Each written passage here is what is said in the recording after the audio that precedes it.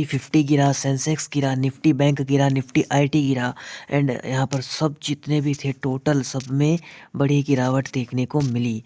इसके साथ ही किस तरीके से परफॉर्म हुआ, किस तरीके से क्या सब कुछ देखने को मिला और आखिरकार क्या रिपोर्ट बनाई है आप लोगों के लिए, एक जिसका आपको बहुत बेनिफिट मिलने वाला है और मिल सकता है अगर आप इसको अच्छे से देखेंगे तो लास्ट तक कंटिन्यू करके आपको इसको देखना पड़ेगा।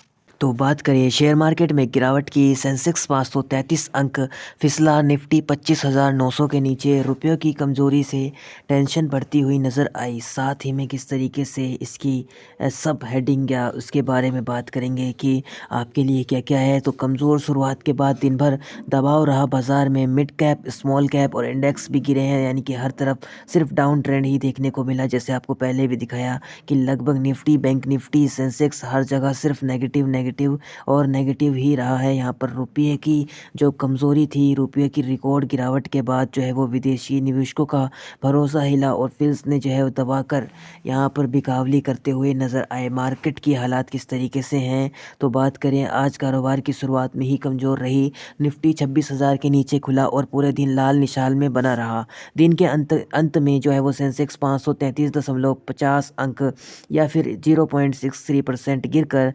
84,679.86 पर बंद हुआ, जबकि निफ्टी 167.20 अंक टूटकर 0.06% टूटकर 25,860.10 के स्तर पर आ गया। तो इसके बारे में जानेंगे आखिरकार क्या क्या जानकारी इसके बारे में और कलेक्ट की गई है। तो मिड कैप, इसको स्मॉल कैप और बॉर्डर मार्केट पर असर है। बॉर्डर मार्केट में भी दबाव दिखा और बीएसई मिड कैप में स्मॉल कैप इंडेक्स करीब 1% की गिरावट के साथ बंद हुआ। कुल मिलाकर मार्केट की चौड़ाई नेगेटिव ही रही, यानी कि मार्केट जो है वो कहीं ना कहीं नेगेटिव की तरफ ही ट्रेंड अपना दिखाता हुआ नज़र आया। गिरने वाले शेयरों की संख्या बढ़ने वाले शेयरों से ज़्यादा रही, यानी कि जो शेयर गिरे वो ज़्यादा गिरे और जो ऊपर गए वो कम ही शेयर यहाँ पर जा पाए।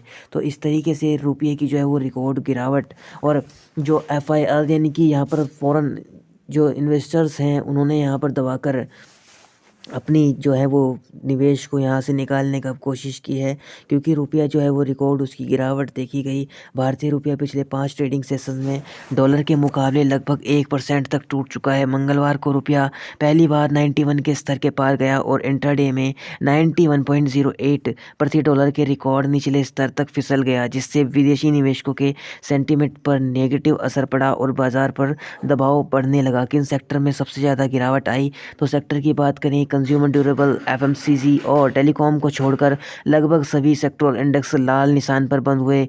Royalty, oil and gas, metal, IT, PSU bank, private bank शेयरों में 0.5 से 1% तक की गिरावट देखने को मिली, यानी कि लगभग सारे बड़े जो आप समझ सकते हैं कि यहाँ पर सभी सेक्टर जो थे वो यहाँ पर रेड निशान पर बंद हुए। मार्केट कैप और निवेशकों की संपत्ति क्या हाल रहा तो बीएसई में लिस्टेड कंपनियों का कुल मार्केट कैप पिछले कारोबारी दिन 471.03 लाख करोड़ रुपए था, जो कि आज घटकर 467.70 लाख रुपए हो गया, यानी कि एक दिन में 3.33 लाख करोड़ कि जो है वो पैसा जो है वो स्वाहा होता हुआ नज़र आया, यानी कि इतना पैसा अब यहाँ शेयर मार्केट से गायब होता हुआ नज़र आया। एक ही दिन में इतना यहाँ पर कि लॉस होता हुआ नज़र आया। सेंसेक्स के टॉप गेनर्स कौन रहे तो बीएसई सेंसेक्स के 30 में सिर्फ 7 शेयर हरे निशान पर बंद हुए।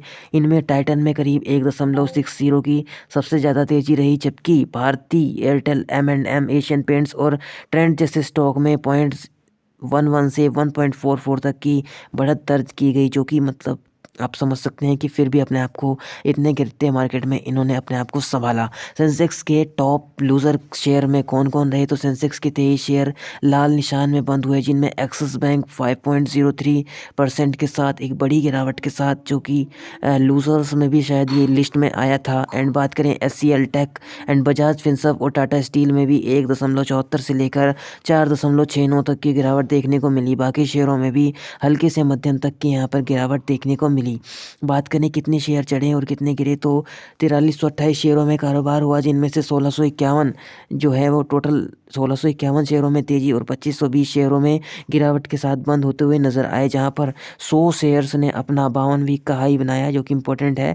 100 शेयर्स ने 52 वीक का हाई बनाया एंड 133 शेयरों ने 52 वीक का लो बनाते हुए नज़र आए। उसके बाद यह जानकारी सिर्फ शैक्षिक और सूचना के उद्देश्य से है या किसी भी प्रकार की इन्वेस्टमेंट एडवाइस नहीं है। शेयर बाज़ार में निवेश जोखिमों के अधीन है, इसलिए किसी भी निवेश से पहले अपने फाइनेंशियल एडवाइज़र या एक्सपर्ट की सलाह ज़रूर लें। यहाँ पर आपको किसी भी तरीके से कोई भी टिप नहीं दी जाती है, ना तो बाय की और ना सेल की। तो किसी भी शेयर को बाय सेल करने से पहले अपने वित्तीय सलाहकार से सलाह ज़रूर करें। ऐसी और वीडियोस देखने के लिए वीडियो को लाइक और चैनल को सब्सक्राइब ज़रूर कीजिएगा। बाकी ऐसी ही वीडियोस आपको मिलती रहेंगी। धन्यवाद।